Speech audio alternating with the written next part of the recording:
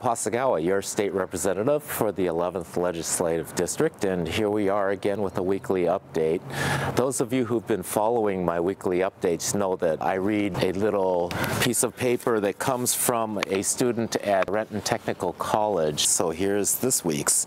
I hope I succeed in my goals to achieve a successful life for me and my daughter and be a role model for her.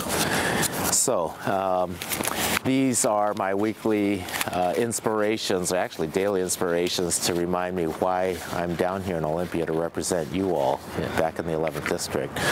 So as you may have heard, there's been quite a bit of commotion going on down here in Olympia these last few days.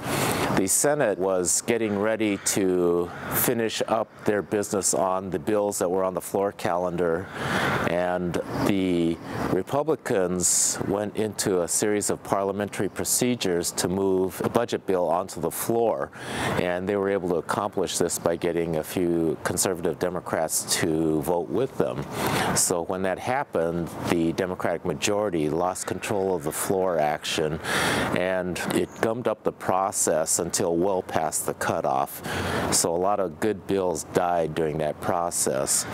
The bill that the Republicans were trying to bring forward was their version of a budget bill, which I think really does serious damage to our education system, health care, social support system. And the real problem was not so much the parliamentary procedures that happened on the Senate floor, which were pretty historic and fascinating theater, but as far as accomplishing anything, it was really meaningless and just delayed the process.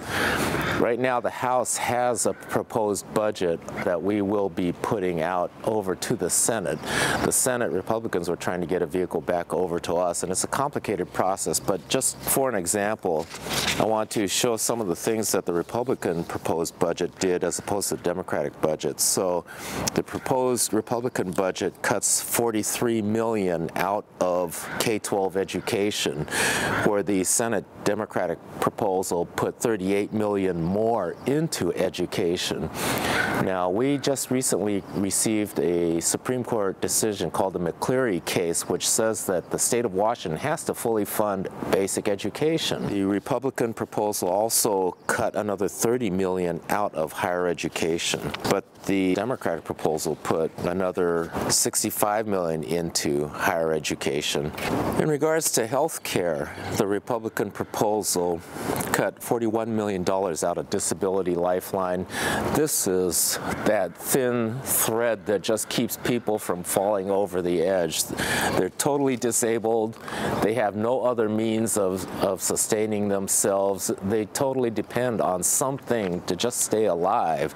And the Republican proposes to cut $41 million out of that. So overall, out of health care support, they cut $85 million out of the budget. I think the most serious damage their proposal does is through cuts in overall human services. They cut $311 million out of human services. $202 million of that is coming out of the TANF box, which, as you know, is what? Working Connections child care is covered through the TANF box, other welfare programs to make sure that families, struggling families, can get their basic needs met.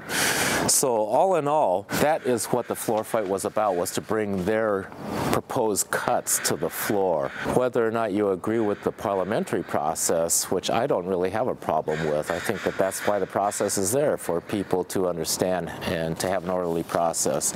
It's the overall goal to cut these serious programs that I really have a problem with.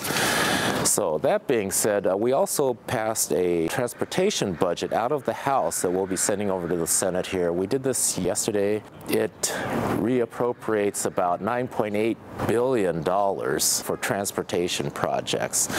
So I'm excited about that because that's going to create about 45,000 jobs in our state. Jobs we desperately need. That's our #1 goal out of this legislative session, is to make sure that we're creating jobs, using your tax dollars to create jobs. So that being said, I'm sorry that this update was more serious than my past ones, but I think it's important for you to know what's going on down here. So again, I'm Bob Hasegawa, your state representative for the 11th District. Thanks for watching.